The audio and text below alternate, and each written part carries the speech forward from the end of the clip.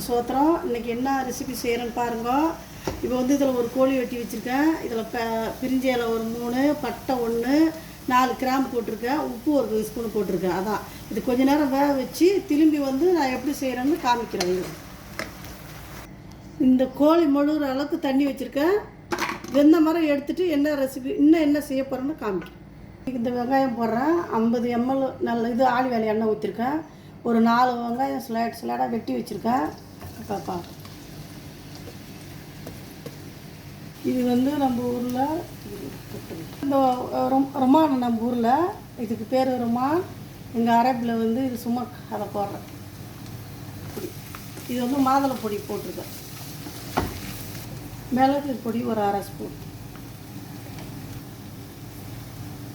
சாமான் போடுறேன்.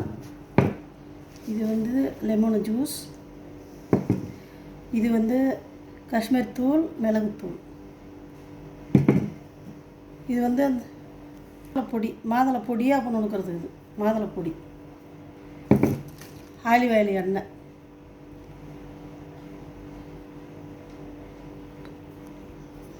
உப்பு நல்லா கலந்து விட்டு இந்த கோழி வெவிச்சு ஒரு கோழி எடுத்து நாளாக வெட்டி கழுவி நல்லா மசாலா போட்டு வெவிச்சு வச்சுருக்கேன். இதில் வந்து இப்போ இதெல்லாம் இப்படி மிக்ஸ் பண்ணிக்கணும். இதில் நல்லா பூசிட்டு சப்பாத்தி இதுமாரி நம்ம வீட்டிலே நம்ம செஞ்சுக்கலாம்.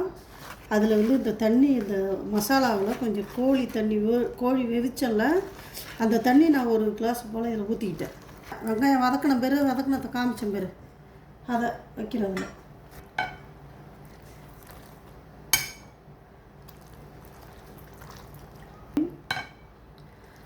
இந்த மாதுளை பொடி மெயின். வெங்காயம் வதக்கின பிறகு அதை எடுத்து வச்சுருந்தேன். இப்போ இதை வச்சு இது சப்பாத்தி தான், நம்மளாம் வீட்லேயே போட்டுக்கலாம். மாவால் போடணும். இப்போ கோழி எடுத்து வைக்கிறேன் பாருங்க.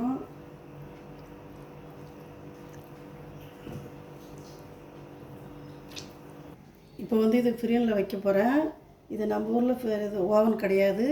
அப்படின்னா கீழே வந்து அடுப்பில் வந்து ஒரு இரும்பு பொருள், கொஞ்சம் கனமுள்ள பொருளை வச்சு, ஒரு தோசைக்கல்லோ ஒரு எதை ஒன்று வச்சு அது மேலே மூடி வச்சு கொஞ்ச நேரம் இது பண்ணிங்கனாலே சரியாக போடும். அப்புறம் எடுத்து சாப்பிட்டிங்கன்னா நல்ல டேஸ்ட்டு கொடுக்கும்.